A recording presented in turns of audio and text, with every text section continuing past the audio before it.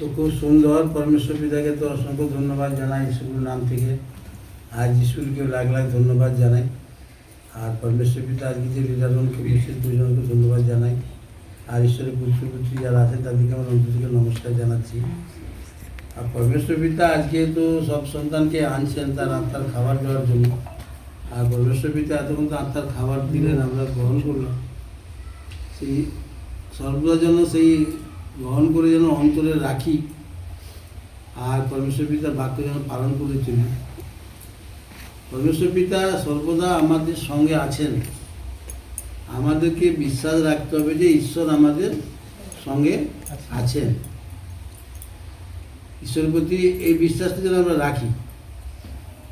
আর পরমেশ্বর পিতা যখন আমাদের সঙ্গে বিশ্বাস রাখছি আমরা, তো পরমেশ্বর পিতা আমাদের কার্য করে দেবেন, আমাদের সংকট থেকে উদ্ধার করে দেবেন। সেই সংকট থেকে যতক্ষণ না সংকট থেকে আমরা উদ্ধার হচ্ছি, ততক্ষণ কিন্তু আমরা সেই ঈশ্বরের কাছে আছি। সংকট থেকে উদ্ধার হয়ে গেলে কি করি আমরা? ঈশ্বরের কথাটা আর ততটা আমাদের মনে থাকেনি।